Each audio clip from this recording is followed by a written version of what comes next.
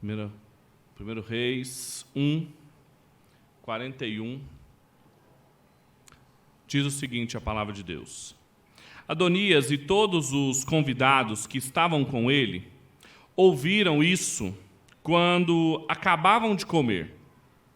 Também Joabe ouviu o som da trombeta e perguntou: por que esse alvoroço na cidade? Enquanto ele falava, eis que chegou Jonatas, filho de Abiatar, o sacerdote.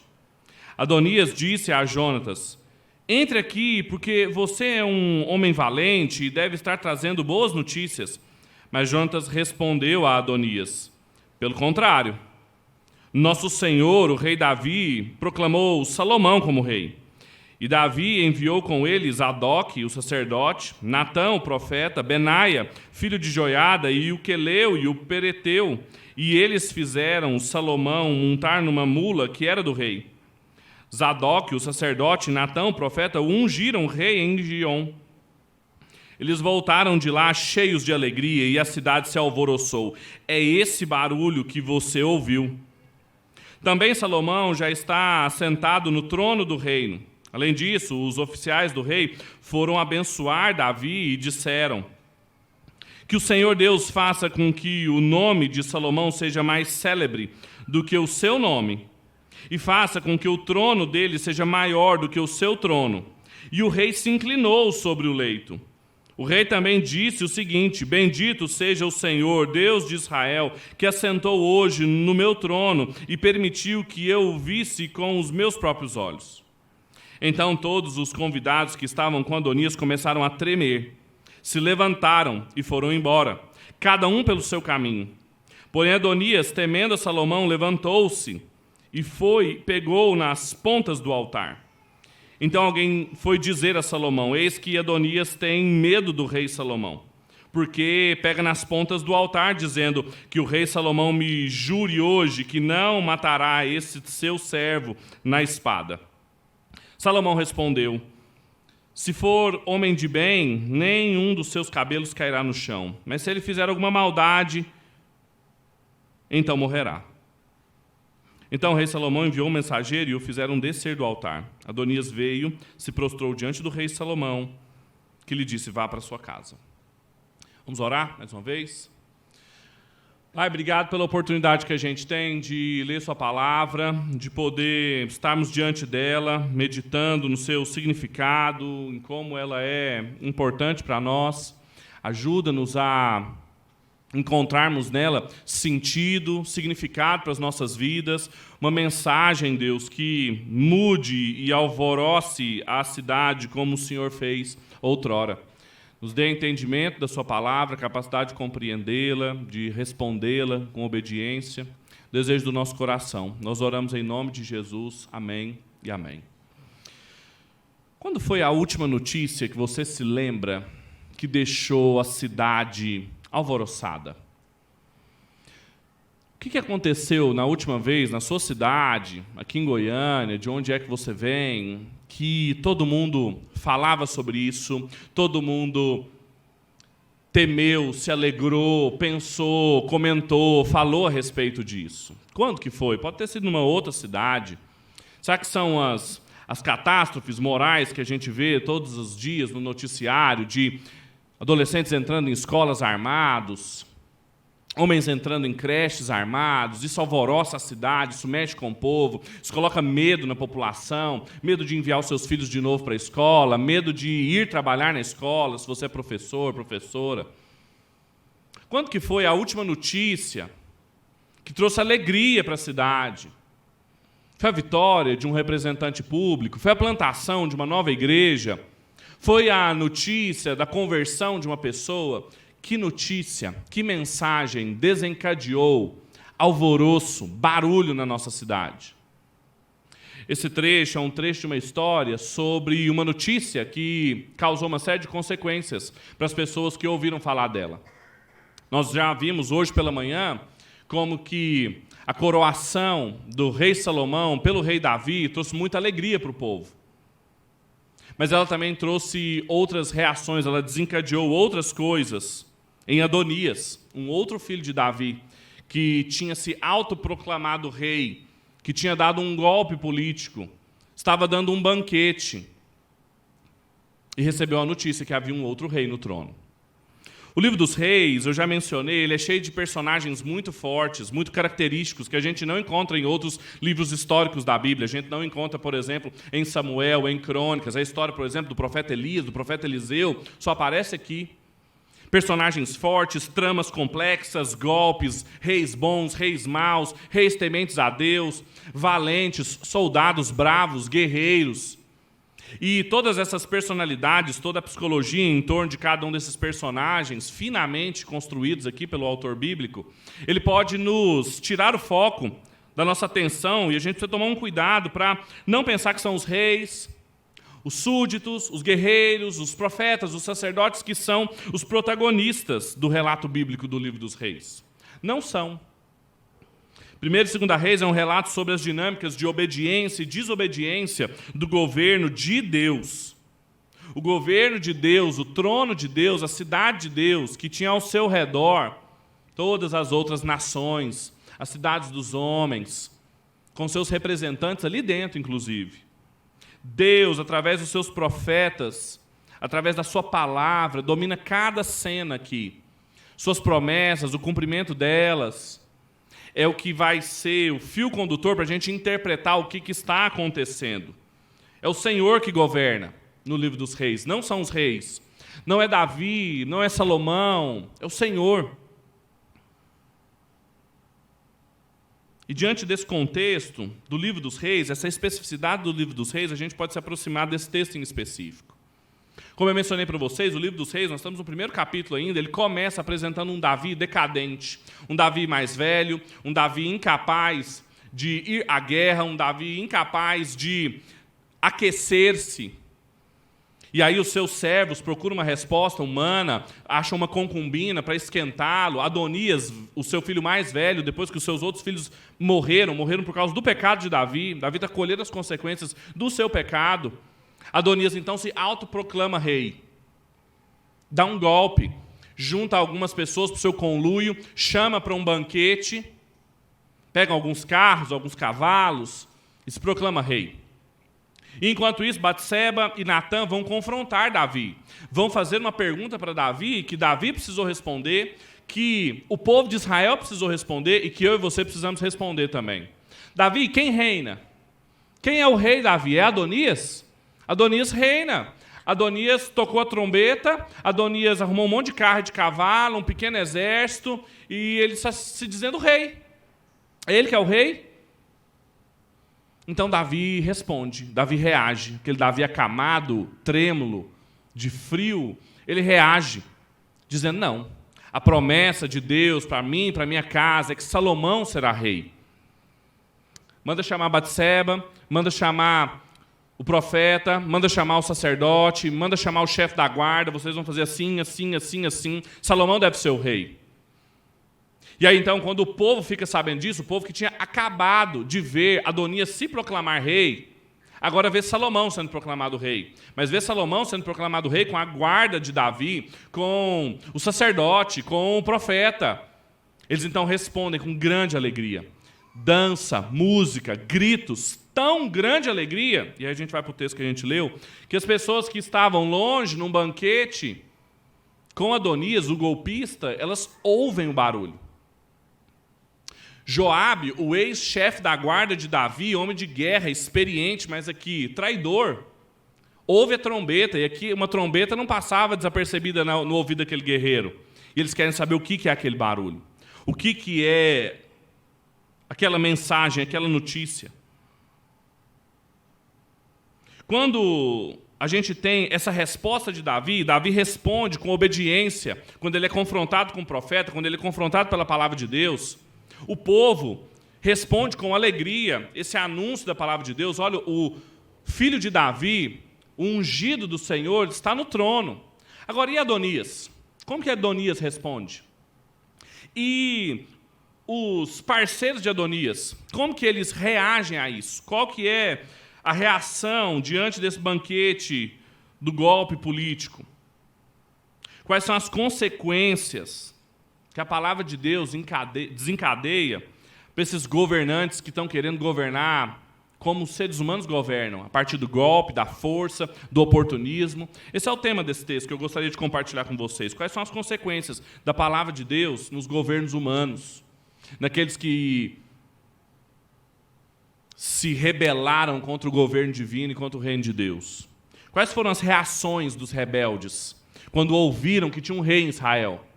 Quais foram as reações deles quando a palavra de Deus foi obedecida? O que isso desencadeou no lado conspirador? O que isso soou aos ouvidos daqueles que estavam claramente em rebeldia?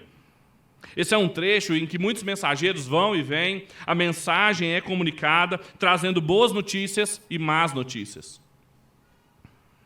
Quais são as reações? O que a palavra de Deus desencadeou? 3 coisas a gente pode ver aqui. Ela desencadeou, em primeiro lugar, interesse pelo seu significado. Que som é esse? O que é que está acontecendo? Os primeiros versículos, os primeiros 7 versículos que a gente leu, eles têm primeiro dúvida, interesse em saber aquilo. Mas depois, versículo 49, 50, eles têm medo. Ela desencadeou medo e fuga. Todos fugiram. E em terceiro lugar, a palavra de Deus também desencadeou busca por salvação pessoal. Adonias agarrou-se nos chifres do altar para se salvar. Interesse, medo, fuga e busca por salvação pessoal. É isso que desencadeou os ouvidos daqueles que ouviram que havia um rei em Israel. E vocês sabem onde que eu vou chegar, onde que eu sempre chego com os sermões, é fazer uma leitura do Antigo Testamento, procurando o Evangelho, procurando a boa notícia do reino de Deus, de um outro rei, que a própria Escritura fala que é maior do que Salomão. Ali está alguém que é maior que Salomão, que encantava mais, que tinha mais sabedoria do que Salomão, que era um filho de Davi, o Senhor Jesus, o descendente legítimo daquele trono, que ocupa um trono distinto ali na cidade de Deus, que é uma cruz. O que significa essa notícia de Cristo estar no trono, num alto e sublime trono? O que ela desencadeia nas pessoas? Ela ainda desencadeia nas pessoas interesse, medo, fuga, busca de salvação pessoal. E é por isso que eu gostaria de explorar esses pontos com vocês. Em primeiro lugar, essa mensagem, a palavra de Deus, ela desencadeou no governo golpista interesse pelo seu significado. Isso está nos primeiros 7 versículos, do 41 ao 48. Acompanhem comigo. Primeiro, o banquete estava rolando ali e ouviu-se a festa na cidade de Deus. Veja, o texto, o autor é claro dizendo Adonias e todos os seus convidados. Não são alguns convidados de Adonias, não. Adonias e todos os seus convidados ouviram.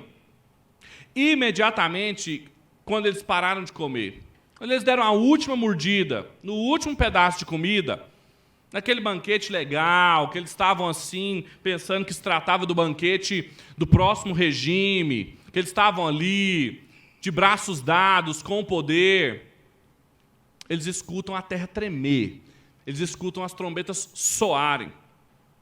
Eles ouviram tanto o som da festa, diz o versículo, mas eles também ouviram o som da trombeta.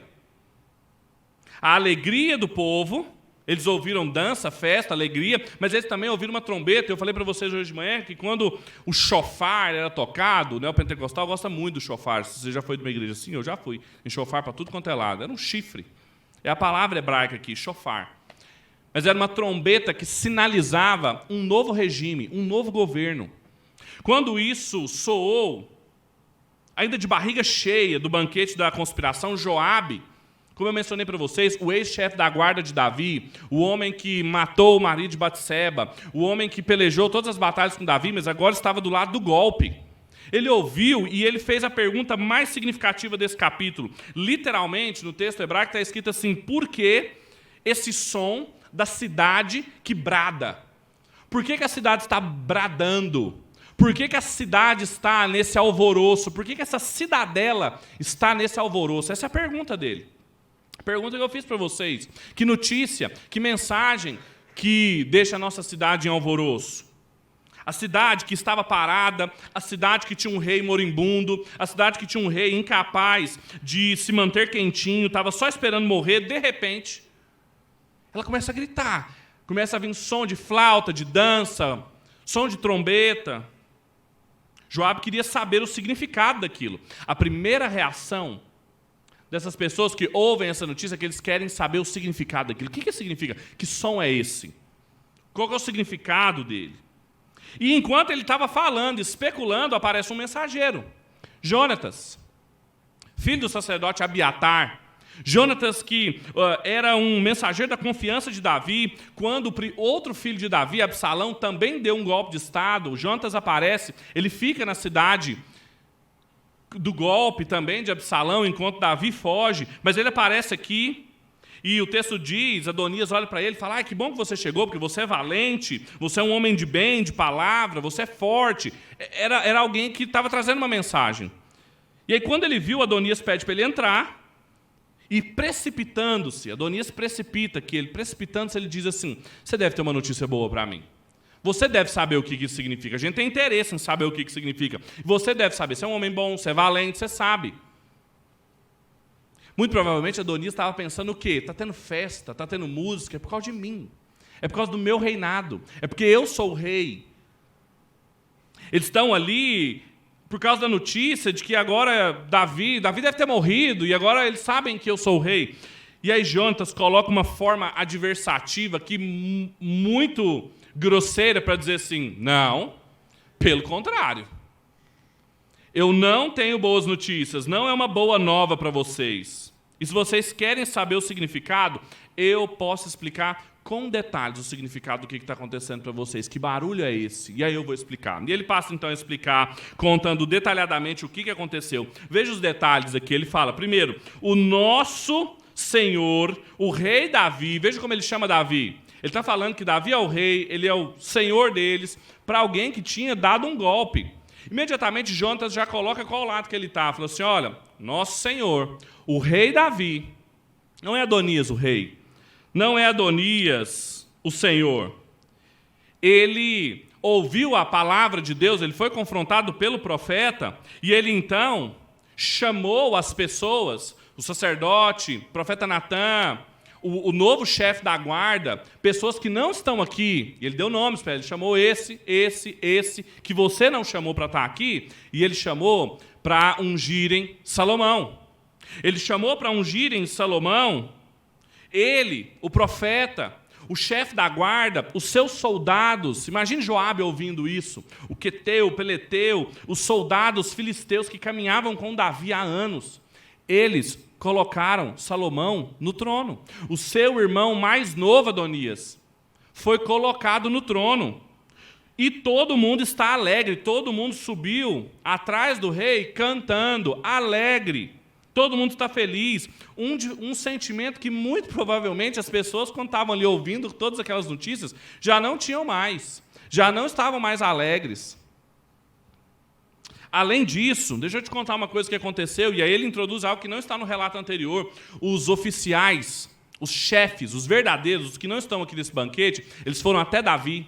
Eles foram bendizer Davi, eles foram celebrar Davi. Sabe o que aconteceu? Aquele rei que estava deitado, que ninguém fazia ele levantar, que ninguém tirava ele da cama, que ninguém o aquecia, ele se inclinou no seu leito para receber a bênção, para receber as congratulações, o desejo de que a promessa de Deus fosse afirmada. A casa de Salomão vai ser muito maior do que a casa de Davi. Foi Deus que tinha prometido isso.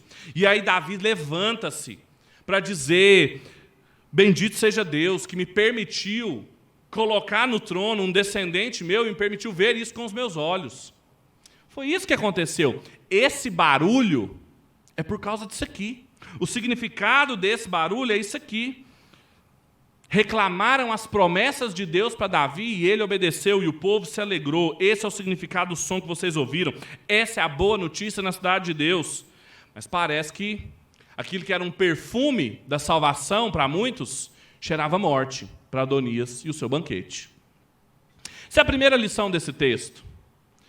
Eles querem entender, eles querem buscar o significado. E quando a gente se pergunta o que isso significa para nós, o autor do livro dos reis, ele está querendo nos mostrar que quando a palavra de Deus é obedecida, quando uma confrontação de um profeta, ela é levada a cabo, uma das primeiras reações dos cidadãos da cidade dos homens, aqueles que não têm compromisso com Deus, eles querem e eles mostram interesse para entender o significado daquilo, entender o que é aquilo tudo, quais eram as dimensões daquilo. Eles queriam saber o que significava aquele som. Eles queriam saber por que aquela trombeta estava tocando. Eles já interpretavam aquilo. Adonias estava interpretando o que aquilo significava. Mas quando esses cidadãos, a cidade dos homens, pedem um significado, eles precisam de alguém para dar o significado para eles. E Jonatas apareceu e deu a linha todinha para eles. Explicou direitinho o que era. Você quer saber o que significa, Joabe? Quer saber o que significa, Adonias? Eu vou te falar o que aconteceu. Eu vou te falar o que é esse barulho aqui. O rei, aquele que você deu um golpe, aquele que você julgou moribundo, ele levantou-se, mandou chamar o sacerdote, o profeta, sua guarda, e tem um novo rei. O trono está ocupado, e não é por você. Jonatas fez com riquezas de detalhes, contrastando constantemente o que Adonias fez e o que o rei Davi fez, para mostrar para eles o significado dessa boa notícia. Agora, quando a gente volta os nossos olhos e pergunta, e quanto a nós? E eu e você? A gente precisa entender que quando a palavra de Deus é obedecida, quando a palavra de Deus é proclamada, quando o anúncio de que existe um descendente de Davi genuíno, muito maior do que Salomão, ocupa um trono também maior e melhor, muito mais honra, com muito mais glória do que os tronos construídos pelas mãos humanas. Quando a gente anuncia isso, quando as pessoas ouvem a alegria daqueles que sabem disso, eles querem saber o significado disso. Isso levanta os olhares dos cidadãos da cidade dos homens, das pessoas fora da igreja, daqueles que nos observam. E a gente precisa estar pronto para explicar. A gente precisa ser capaz, como Jonatas, de chegar lá e dizer, olha, eu tenho o que dizer. E ser também corajoso de dizer e já de avaliar, conhecendo vocês, conhecendo essa rodinha de conluio aqui, não é bom. Não vai ser bom para vocês saberem disso, não é uma boa notícia. Ter coragem, ter a valentia de não omitir nada e ainda ditar o tom da conversa. Pelo contrário, não é algo bom para vocês. A gente tem essa disposição? A gente tem essa capacidade de falar para as pessoas o que significa o Rei Jesus ter sido morto, sacrificado no nosso lugar, ressurgido ao terceiro dia. A gente tem capacidade de dar as dimensões cósmicas disso, não só as dimensões individualistas. As pessoas nos primeiros séculos da igreja, meus irmãos, eles não anunciavam e não morriam por um Jesus que tinha salvado o meu coraçãozinho. Em lugar de se prostrar diante de Salomão, em lugar de começar colocando termos de arrependimento, olha, eu fui louco, eu não sabia o que eu estava fazendo, eu vi o nosso pai prostrado, eu quis me coroar rei, mas você é rei, está clara a promessa sobre você, me coloca como súdito, eu sou teu servo. Ele até coloca aqui, eu sou teu servo, mas da ordem, que servo é esse que dá ordem? Em lugar de se prostrar diante do rei e se arrepender, ele coloca os termos da sua própria salvação. E Salomão não aceita os termos. Salomão não jura. Salomão fala assim, se ele for um homem bom, ele pode ter certeza que nenhum fio da sua cabeça cairá. Agora, se for encontrado maldade nele, certamente ele vai morrer. Essa segurança que ele quer que eu garanta para ele, ele não vai encontrar. Pode mandar ele soltar a mão do altar, pode falar para ele ir para a casa dele. Quando a gente entende essas coisas e a gente se pergunta o que isso significa para nós, é que quando a palavra de Deus é obedecida, quando existe uma mensagem, um anúncio de que tem um rei no trono, um dos filhos de Davi, legítimo, ocupa um trono, uma das respostas, das reações, além de busca de interesse, gente querendo saber o que isso significa, além de medo, de fuga, tem gente também que procura se salvar. Há algo muito diferente. Eles não procuram salvação ou pertencimento ou fazer parte desse reino que eles ouviram a mensagem. Eles procuram se salvar. Eles viram a condição que eles estavam, eles viram aonde eles estavam em relação a esse novo rei. Eu tenho que me salvar. Eu tenho que arrumar algum jeito de permanecer aqui, porque eu sei que eu estou correndo risco. Uma coisa é se arrepender e reconhecer o novo rei, confessar os seus pecados, se prostrar. Outra coisa é tentar se viabilizar. Adonias está se viabilizando o tempo todo. Se viabilizou como rei, agora ele está se viabilizando como uma espécie de intocável, de se tornar um intocável. Não, aqui o rei prometeu, ele não vai me matar. Eu posso fazer o que eu quiser. Ele está colocando os termos da sua própria salvação, mas é Deus que coloca esses termos. Não somos nós. Só que o tempo todo a gente vê gente que não se submete ao reinado de Deus, ainda hoje, e coloca os termos da sua própria salvação. Não, Deus tem que me dar um jeito aqui, Deus tem que olhar o tanto que eu estou sendo bom. Olha aqui, Deus, eu fui fiel. Olha o tanto que eu sou bom. Olha quantas vezes eu fui à igreja, olha como eu sou dizimista, olha como eu... Deus, você não está vendo? Você não está vendo minha dor? Deus, o Senhor tem que me ajudar. Não, nessa causa aqui não tem condição, o Senhor tem que me... Quantas vezes a gente se relaciona com um rei, igual Adonias estava se relacionando com Salomão, e a gente está lidando com um rei muito maior do que Salomão, que é o Senhor Jesus, e a gente diz não para ele, a gente coloca os termos, as nossas condições, Deus tem que ser assim, o Senhor podia fazer isso aqui na minha vida, o Senhor podia transformar assim a minha casa, o Senhor podia fazer isso aqui para mim, colocando os termos para Deus. Já pararam para pensar nisso? Virando para o Todo-Poderoso, o Rei de toda a terra, que morreu e ressuscitou, nem a morte o conteve. E a gente vira e fala assim, podia ser assim, né, Deus? Você podia fazer isso aqui para mim, né? Ele não quer, uma pessoa assim não quer se submeter ao reinado. Ele não quer fazer parte do reino de Deus. Ele quer escapar da condenação. É só isso. Tem muita gente dentro da igreja que não quer fazer parte do reino de Deus. Ele quer só escapar da condenação. Ele só quer viver. Ele não quer morrer.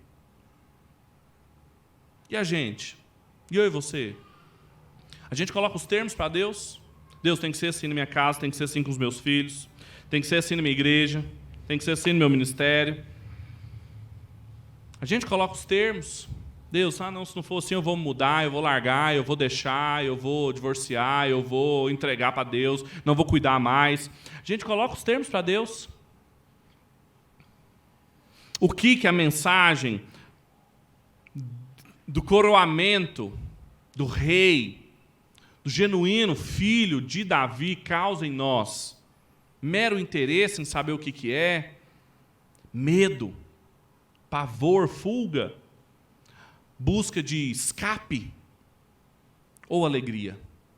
Confiança, música, canto, em saber que Deus reina, que Ele vive, que Ele ressuscitou, que Ele enfrentou o último adversário, que era a morte, que Ele abriu um novo e vivo caminho até Deus, e que a gente, permanecendo nele, no seu reino, com fé na sua obra aplicada na nossa vida, a gente tem condições de participar desse reinado, com confiança, sem temer nada. Quem passou da morte para a vida não tem medo. Quem já morreu não tem medo.